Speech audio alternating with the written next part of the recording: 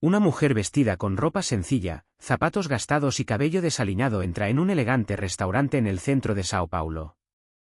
Los otros clientes la miran con desprecio, susurrando entre ellos. Se sienta en una mesa en la esquina, ignorando las miradas críticas. Lo que nadie allí imagina es que esta mujer, aparentemente sin recursos financieros, en realidad tiene una fortuna de 800 millones de reales. Pero lo que está a punto de descubrir a través de una simple nota cambiará por completo su perspectiva de todo. Esta es Elena Vázquez, heredera de un imperio inmobiliario construido por su difunto padre. A la edad de 42 años, decidió hacer algo que nunca antes había intentado.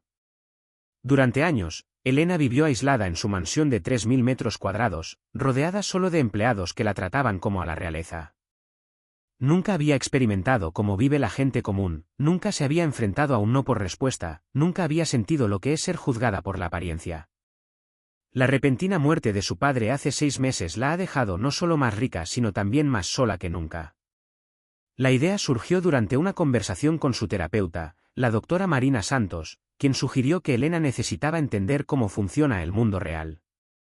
Tienes que salir de esta burbuja dorada, Elena.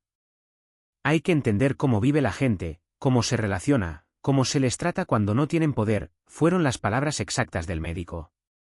Al principio, Elena se resistió. ¿Por qué una mujer con su posición social debería rebajarse a fingir ser pobre? Pero la soledad la estaba consumiendo y comenzó a preguntarse si las personas que la rodeaban realmente la amaban o simplemente lo que representaba financieramente. La semana anterior, Elena había despedido a su ama de llaves de 15 años, María, después de descubrir que estaba vendiendo información sobre su vida privada a los tabloides. La traición la devastó. María no era solo una empleada, era casi como una madre para Elena, quien perdió a su propia madre a la edad de 17 años. Descubrir que incluso María la veía solo como una fuente de ingresos fue el último empujón que Elena necesitaba para poner en práctica su plan. El restaurante Bella Vista era conocido por servir a la élite de Sao Paulo. Elena había comido allí docenas de veces, siempre siendo tratada como una verdadera reina. Los camareros competían para atenderla, el chef venía personalmente a saludarla y siempre recibía platos especiales que ni siquiera estaban en el menú. Hoy, con ropa que compró en una tienda de segunda mano en las afueras, quería ver cómo la tratarían cuando nadie supiera quién era realmente.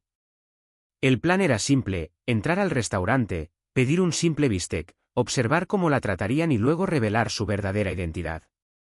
Esperaba enfrentar algún prejuicio, tal vez un servicio más fresco, pero nada la preparó para lo que estaba a punto de suceder. Elena no imaginó que esta experiencia revelaría secretos mucho más profundos e inquietantes de lo que podría haber imaginado. Mientras se sentaba, Elena notó cómo los otros clientes la evitaban. Una pareja en la mesa de al lado pidió ser transferida a otro lugar. Una mujer sostuvo la bolsa con más fuerza cuando Elena pasó junto a ella.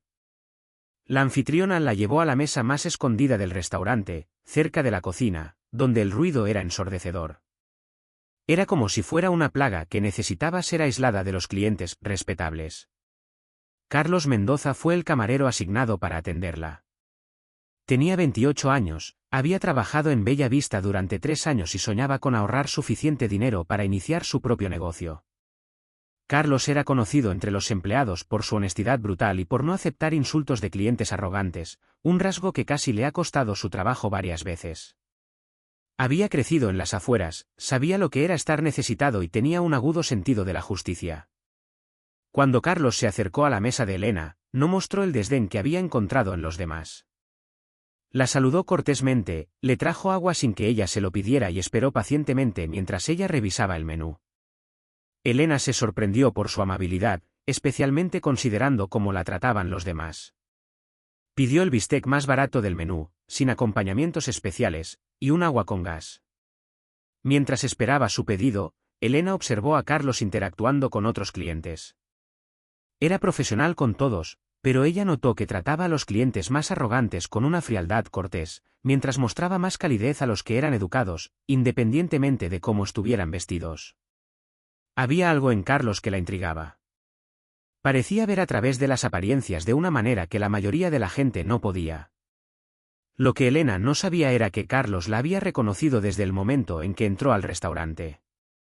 Había trabajado en eventos privados donde Elena era la invitada de honor, y aunque nunca había notado su presencia entre tantos empleados, la recordaba perfectamente.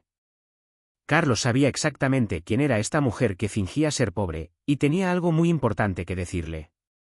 Carlos regresó con el bistec de Elena, pero esta vez había algo diferente en su postura. Colocó el plato sobre la mesa con un cuidado inusual, y por un breve momento, sus ojos se encontraron con los de ella. Elena notó una intensidad en esa mirada que la hizo sentir como si pudiera ver directamente en su alma.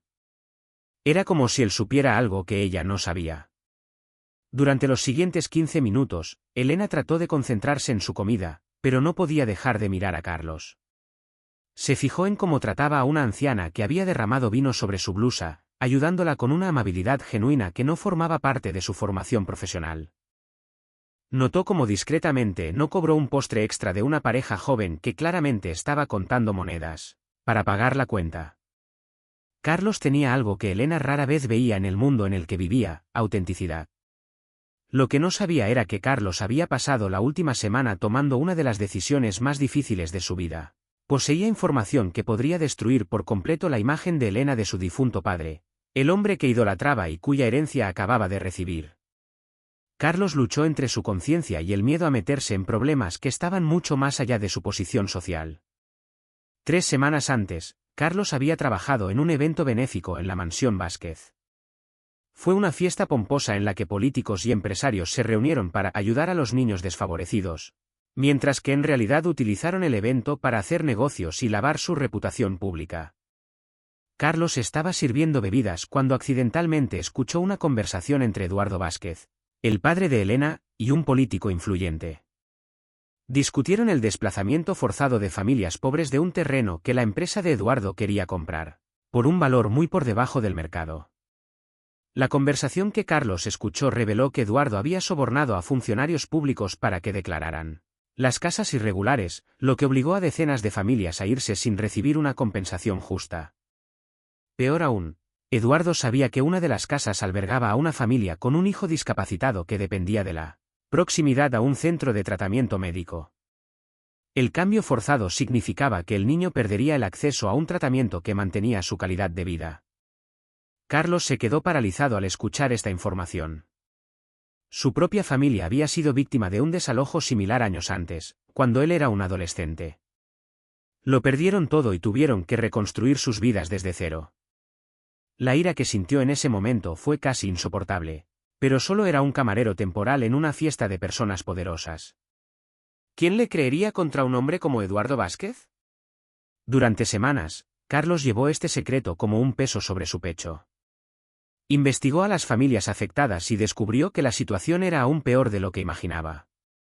Una de las familias desalojadas incluía a una madre soltera con 3 hijos pequeños, que terminó viviendo en la calle durante 2 meses antes de obtener un refugio temporal. Otra familia tuvo que separarse porque no podían encontrar un lugar que pudiera acomodar a todos los miembros a un precio que pudieran pagar. Lo que lo hizo aún más inquietante para Carlos fue descubrir que Eduardo había muerto solo 2 semanas después de esa conversación. Un ataque cardíaco repentino que, según los médicos, fue causado por el estrés de trabajar muy duro para ayudar a la comunidad. La ironía era nauseabunda. El hombre había muerto siendo elogiado como un pilar de la sociedad, mientras que las familias que había destruido seguían luchando por reconstruir sus vidas. Carlos trató de olvidar lo que había escuchado, pero no pudo. Veía a estas familias todos los días de camino al trabajo. Vi a los niños jugando en pequeños apartamentos, muy diferentes de las casas con patios traseros donde vivían antes. Vi a padres trabajando en trabajos precarios, tratando de pagar alquileres mucho más altos que los costos que tenían antes. La injusticia fue flagrante y Carlos se sintió cómplice de su silencio. La situación se complicó aún más cuando Carlos descubrió que Elena había heredado no solo la fortuna de su padre, sino también los controvertidos negocios. La empresa Vázquez Emprendimientos continuó operando de la misma manera, con los mismos métodos cuestionables. Elena, aparentemente ajena a los sórdidos detalles del negocio familiar, continuó beneficiándose de prácticas que destruyeron la vida de personas inocentes. Carlos sabía que confrontar a Elena directamente sería inútil y potencialmente peligroso para su carrera y su seguridad personal. Las personas con el poder de los Vázquez tenían formas de silenciar a quienes los molestaban.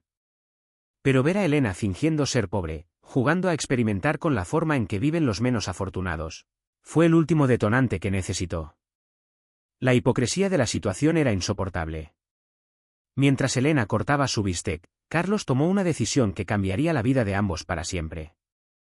Fue a la cocina, tomó un papel y un bolígrafo y comenzó a escribir. Sus manos temblaban, no por miedo, sino por una mezcla de ira y determinación. Sabía que lo que estaba a punto de hacer podría tener graves consecuencias para él, pero ya no podía vivir con el peso de ese secreto. El mensaje que escribió Carlos fue directo y devastador.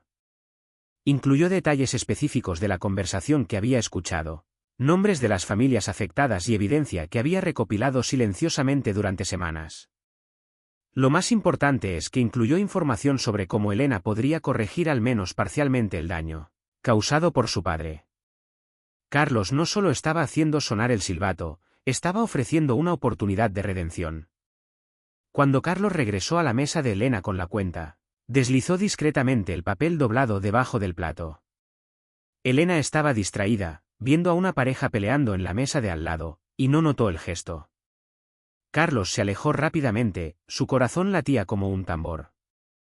Sabía que no había vuelta atrás, y que los próximos minutos definirían el curso de todo. Elena terminó su comida sin prisas, saboreando la experiencia de ser una persona común. Incluso disfrutaba de la simplicidad de la situación, la ausencia de halagos y el trato especial al que estaba acostumbrada. Cuando finalmente levantó su plato para recoger la cuenta, vio el papel doblado debajo. Intrigada, la abrió, pensando que tal vez era una promoción de restaurante o una encuesta de satisfacción. Las primeras palabras de la nota hicieron que la sangre de Elena se helara en sus venas. Señora Vázquez, sé quién es usted y necesita saber la verdad sobre su padre. Elena sintió como si el suelo hubiera desaparecido bajo sus pies. Sus manos comenzaron a temblar involuntariamente mientras continuaba leyendo, y cada palabra era como un puñetazo en el estómago. La nota continuaba con detalles específicos sobre la conversación que Carlos había escuchado. Nombres, fechas, valores, todo documentado con una precisión que no dejaba dudas sobre su veracidad. Elena leyó sobre las familias desalojadas, sobre el niño que perdió el acceso al tratamiento médico, sobre los sobornos pagados a los funcionarios públicos. Cada revelación fue peor que la anterior, construyendo una imagen de su padre que era completamente opuesta a la imagen que tenía de él. Eduardo Vázquez siempre había sido el héroe de Elena.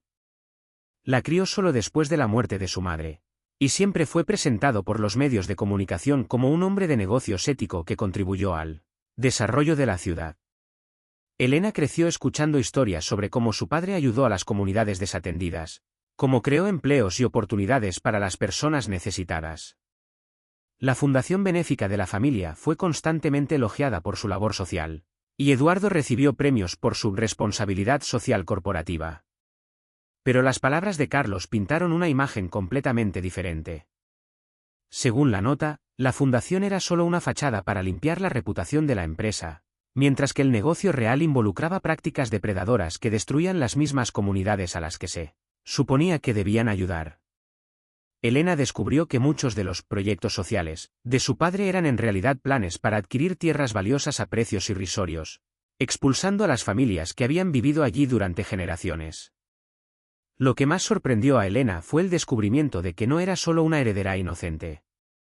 Carlos había incluido en la nota copias de documentos que mostraban que Elena, como socia minoritaria de la empresa, había firmado sin saberlo autorizaciones para varios de estos proyectos cuestionables. Siempre firmaba los papeles que su padre colocaba frente a ella, confiando completamente en su juicio. Ahora descubrió que su firma había sido utilizada para legitimar acciones que causaron sufrimiento a decenas de familias. Elena recordó conversaciones aparentemente inocentes con su padre, donde mencionó la resistencia de algunos residentes o la necesidad de modernizar ciertas áreas. Ella siempre imaginó que estaba hablando de mejoras urbanas legítimas, nunca cuestionó los detalles. Ahora se dio cuenta de que estas conversaciones eran sobre las operaciones de desalojo que Carlos describió en la nota. La inocencia de Elena sobre el negocio familiar ya no era una excusa válida, ella era cómplice, aunque inconscientemente. La nota también incluía información sobre la situación actual de las familias afectadas. Carlos había rastreado a varios de ellos y documentado sus precarias condiciones de vida. Una familia específica llamó la atención de Elena, los Oliveira, que incluían a Miguel, un niño de 8 años con parálisis cerebral. Antes del desalojo, vivían a 2 cuadras del centro de rehabilitación donde Miguel hacía fisioterapia diaria. Después de verse obligado a mudarse, Miguel perdió el acceso regular al tratamiento y su condición se deterioró significativamente. Elena sintió náuseas cuando leyó sobre Miguel.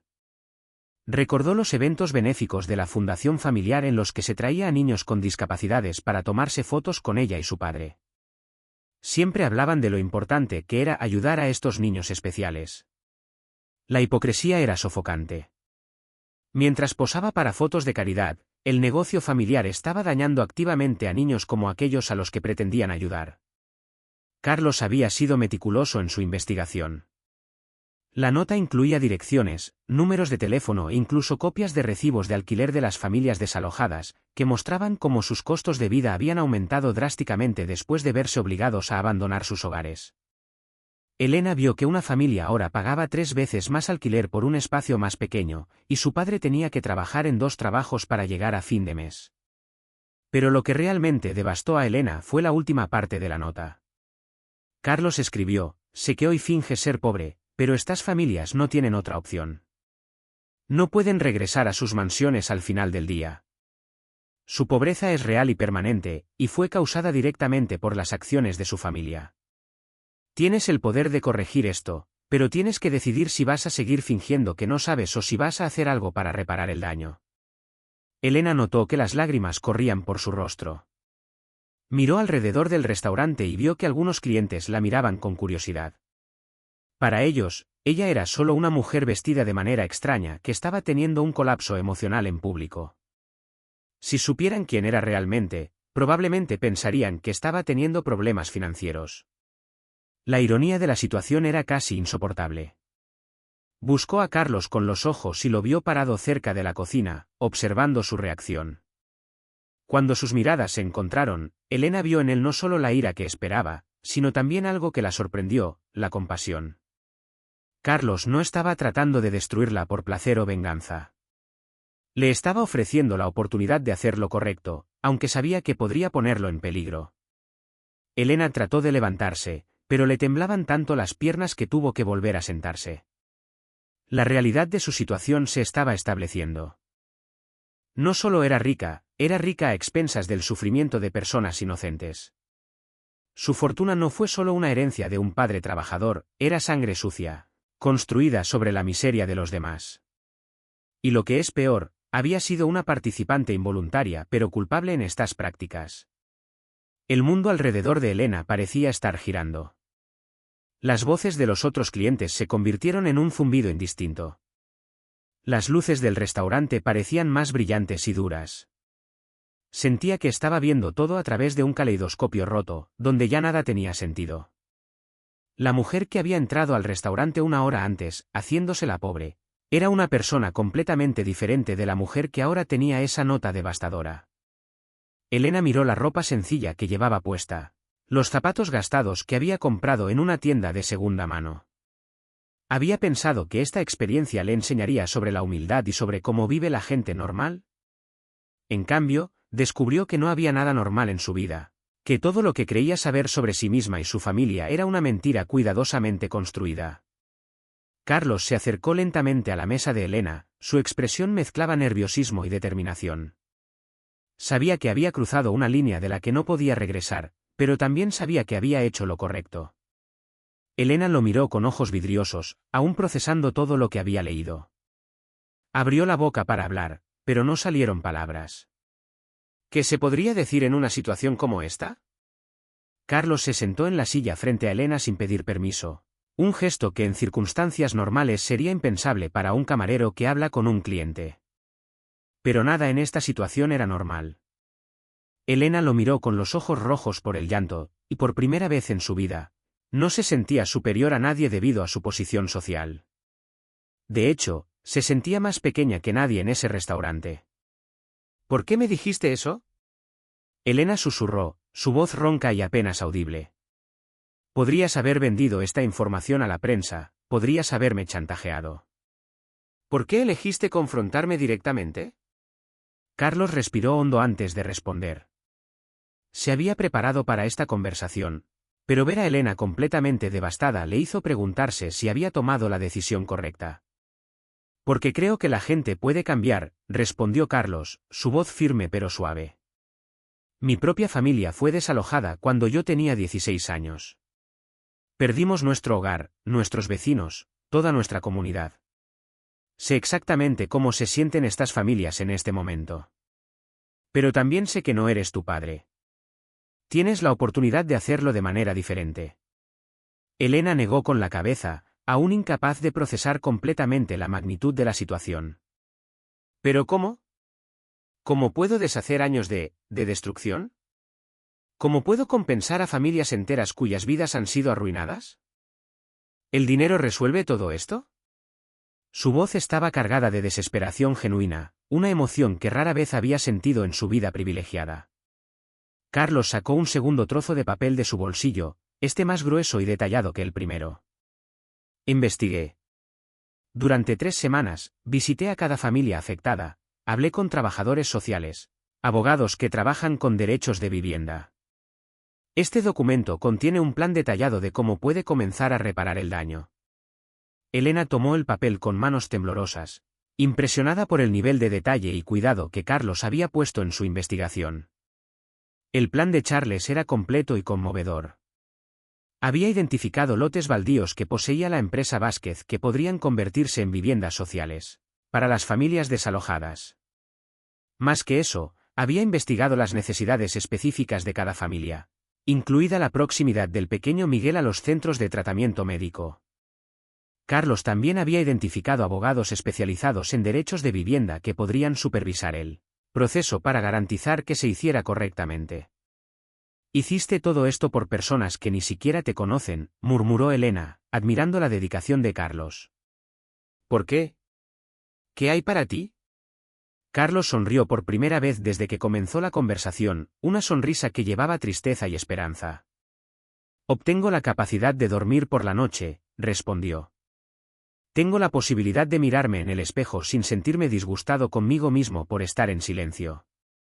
Y tal vez, solo tal vez, ganaré la esperanza de que el mundo pueda ser un lugar más justo. Elena sintió una ola de admiración por este hombre que había sacrificado su seguridad personal y profesional, para defender a personas que ni siquiera conocía.